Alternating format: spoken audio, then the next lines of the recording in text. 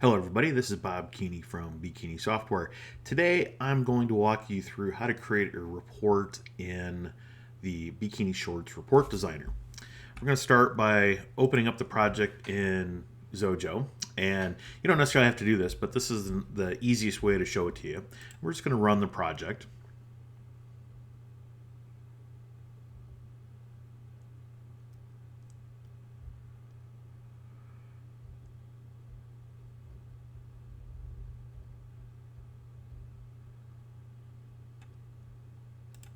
And when we open up the demo, we've got the four options here. I'm going to go directly to the report designer here. And you can see we've got our basic blank report. You can see we've got some beginner text in here, and for right now we'll just ignore that. But what we're going to do is we're going to connect to a database. Now, if we've already had one in here, we might have a favorite, but we don't. If these are grayed out, it means that the constants in the PAF database kit are set to false. And if you set those to true and these plugins are not in there, you'll get errors when you compile. But right now we've got all those set to false, and our only option is SQLite. So we're going to open our example data. And you can see over here on the left-hand side, we've got our objects list. So these are objects that we can drag into the report. For example, if we wanted to put a rectangle in there, we could do that and resize it. Same thing with the oval and text and even a line item and even an image. And it's grayed out because we have no images. So we have no images in our report, so we're going to add an image, and I'm just going to see what I can find here in Shorts. I've got a big app icon that I'm going to put in here, and now when I close this, we've got the app icon, and we can resize it and all that. Now, it does not do resizing automatically for you, or keep it the same proportions. So if you want to do that, you could certainly add that to your own. But as you click on these various items, you can see that their property values change over here on the right. So for a rectangle, we've got visible, line color, fill color, line width, and so on. Same thing with the oval. We've got the position properties and appearance properties. For the image, there's not a whole lot of things we can do with it, but we've got position and appearance, and we can change the icon if we need to. And for the text property, it has all of the text properties you'd expect. The text font, size, bold, italic, underline. You can change the alignment. It also gives us the display value, and perhaps one of the more important ones, under the behavior, can grow, which means that if this text item is bigger than what this band is, and the band in itself that I'm pointing to right here is the header band, and all I did was click on, not in the band, but not on an item, and it shows the properties for that band. Maybe one of these days we'll do some sort of highlight that says that this has been selected. Not sure. So the can grow will let us change the size of the band. So I'm just going to select all of these items and hit the delete button. And it's going to ask me if I really want to delete them, and the answer is yes. And so when we connected to the database, we got a whole bunch of tables, and we got a whole bunch of views. And if you expand any of them, you can see that it's got a field in here. So if I were just to drag this in here, job name.name, and it's got a UID that has it, gives us our position, our appearance, our font. That's all pretty common. The display value, again, is common. Behavior can grow. So if the field in the database has a variable amount of data, you can have it grow the body or whatever band it's in. And then under the data field under here, we've got a number of things. So the field name is just a duplicate of what we put in here, and this allows you to change it. And right now you could go through and pick any table or view that was in the entire project or in the entire database. Or you can choose function. And a function you would put down here in the alias, it could be like a conjunction or concatenation of fields that are in the database. Again, something to play with when you get the opportunity. So the DBMS type is text 255. This lets us kind of see what it's doing. And again, there may be some things that come up kind of weird. So this is an integer. I'm sure it's probably an int64 in the database, but I don't know. The aggregate down here, this lets us to do some database aggregates like average, count, max, min, sum. Now obviously some of this depends on what type of field you've gotten. So if you're trying to do an average on a text field, you might get back a 0, but the count will probably bring back a valid number because it's not looking for a value, it's just counting how many items you have. The is function is kind of a duplicate as the this one, and that's fine. You can see that if you do is function here, it removes it from here, and there's a function here, and so it gets a little strange, but that's okay. If this happens to be a image function, or image field, I should say, you can check the isImage and it will attempt to load it as an image. Now there is a special method in the PF report class that does nothing but help do that. And the reason we didn't come up with a generic method is there's several different ways of doing images in your database. So we decided we'll just leave it up to you, the developer, to figure that out. The final one here is the format that allows us to do some things. Now, if I right click on here, this will give me all of the date formatting, or you can use the standard Zojo format strings to format these as well. This isn't very well defined, so if you're having issues, check the Zojo documentation for format.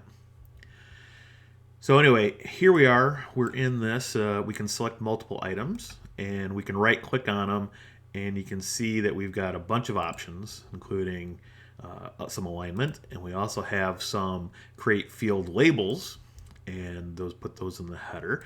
We can rearrange this, and I have no idea what's in this data, but I'm just going to save this real quick.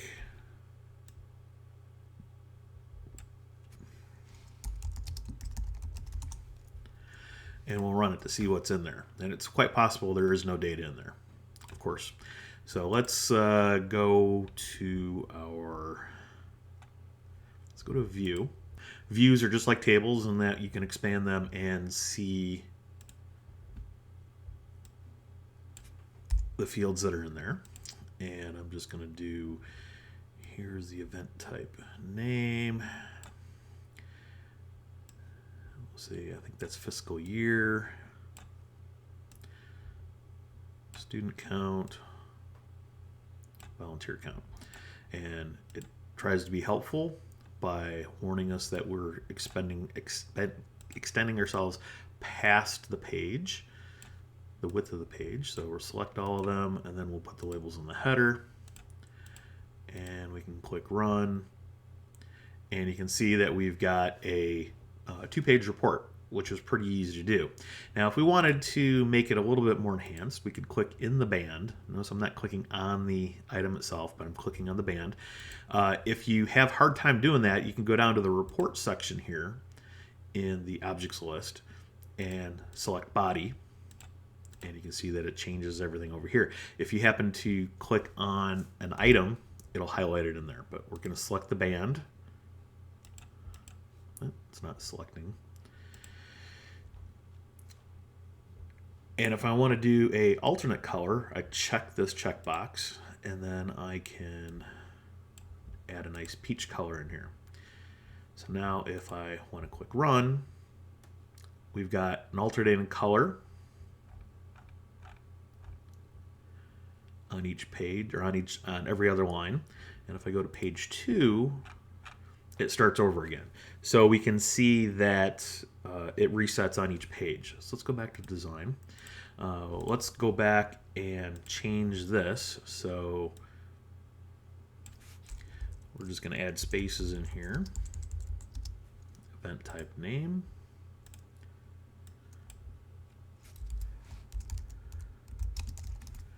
Fiscal year.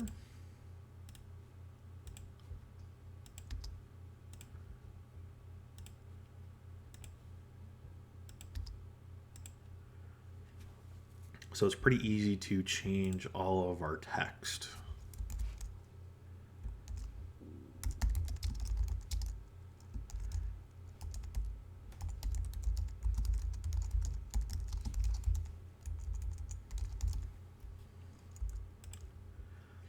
And that all changes accordingly.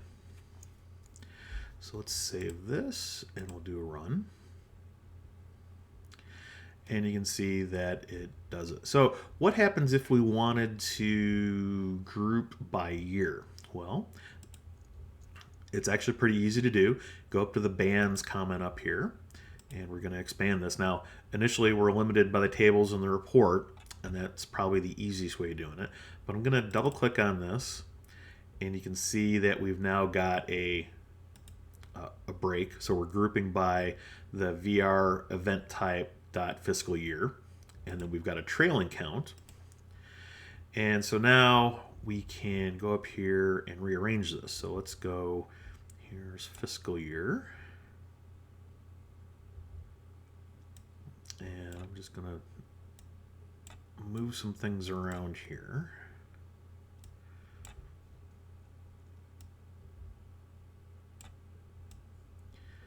And it gets a little twitchy sometimes, so line top edges.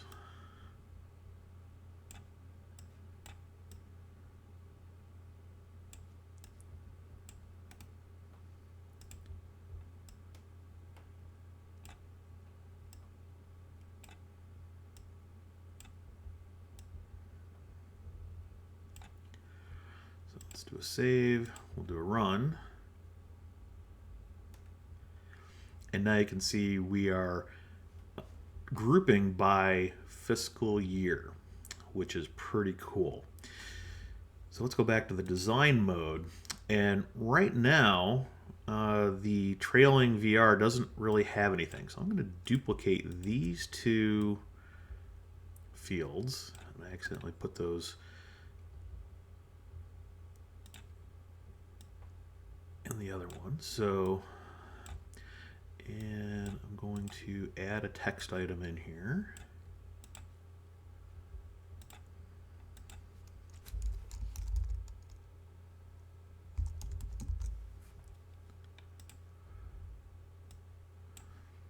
And we'll call this right align. And actually on these, I'm going to do right align on all of these as well. So I'm going to select this. Now, this is a data field, but what I'm going to do is choose one of the aggregates, and I'm going to sum all of these up on both of these. And I'm going to make these bold. So click save and fix this. So now, when we run, we can see that we've got our grouping, we've got our detail list, and here we've got some aggregate functions that adds all of these together. So that's pretty cool. It's pretty easy to do, and you can go through and you can do multiple grouping events. If you wanted to, well, let's just see here. So let's say we wanted to, let's take a look at the data here real quick so I can see something to play with here. If we had, let's say we wanted to make these where the volunteer count was less than 10. Let's say we wanted to make these jump out. So let's go to the design. We're going to go to our body. And you can see down here under behavior, we have a script. So this is going to bring up the script editor. And I am going to say dim SS string. And this is Zojo script.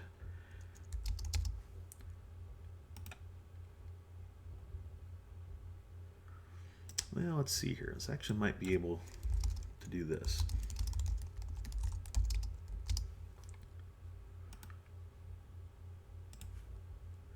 I'm going to click on the UID portion and right click on it, and I'm going to do the volunteer count.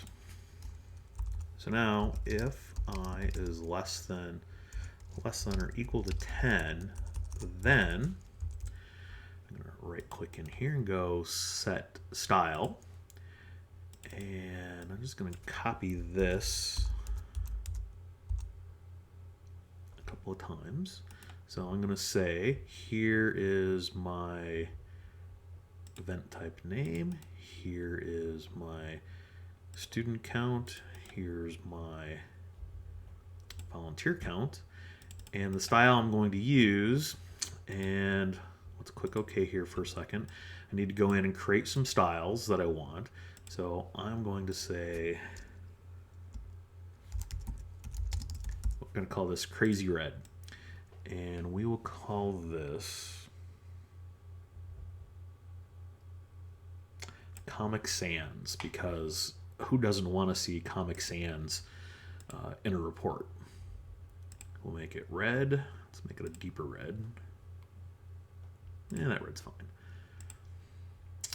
And because it's already kind of crazy text, we don't need to go bold or italic on any of this.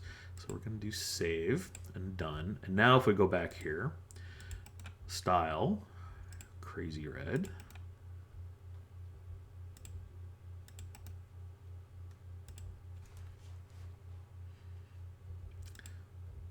Okay, so let's save this. And the goal of that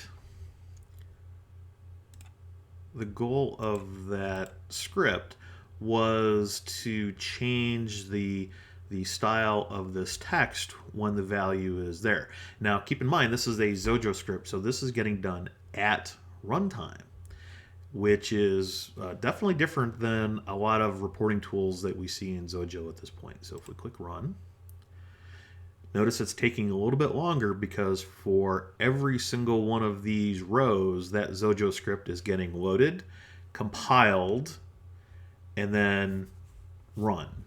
And then it has to do all of the changes that it's going to do.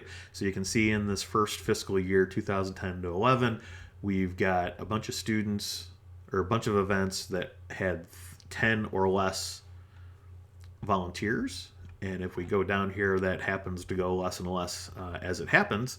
But that is a good way of doing grouping, and that's a good way of doing some runtime determination of how to do styles and things like that. You're not limited to just changing the style. You can change the actual text. You could change not only the text and the colors, but you could put images in there if you wanted. If you wanted to put an image right here, whenever it was below 10, you could do that too. Put a little X there or something. That's no big deal. Really, it's up to you to figure that out. I'm going to do one thing here, and I'm going to set this to can grow. Now, I will warn you that between the Zojo script and the can grow function on any of these things, starts to all add up incrementally as far as time goes. Now, that's not too awful bad, but you can see that it jumped the spacing on these lines a little bit more than what it did on the blank line, and that's because of the text that the type of text that we actually used on there. Okay, so we've done that. If we go to print, we can go to the Epson, and we can do that. And if we click open PDF and preview on this one, we can see that here is our 3 pages, which is weird because I thought it had only 2 before. Let's take a look at that. Oh, it did have 3. Okay.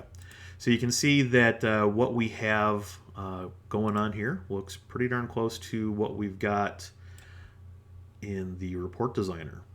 And so that's a pretty fast and dirty report that does a bunch of grouping and does some runtime calculations as well. I can tell you that doing this type of a report using straight code can be kind of tedious because there's a number of things that have to happen. You have to create the overall group item, you have to keep the group item of the row, and then you have to keep track of these counts. There's all sorts of crazy things that are going on. One thing I forgot to do is I probably need to create a style that has this particular item in there and is right aligned, just like what these are. So, but anyway, those are the things that you can do with the reporting tool in Zojo. Now, right now, the report tool itself is only available in desktop.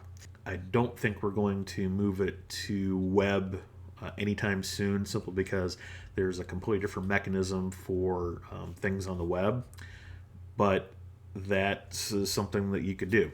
From the report designer here, you can do export as HTML and the PDF. So that's pretty much how to design a report. I highly recommend that you take a look at the demo project because it exercises pretty much most of the code that's underneath the report designer itself. There are a couple of sections that there's a whole bunch of code that actually does the report designer itself, which is what you see right here. And then there's a couple of classes that kind of marry the two together. And we think you'll like it. And hopefully you can use it in your own project. If you have any questions, feel free to email us. And if it's worthy of a video, we'll do another video. Thanks.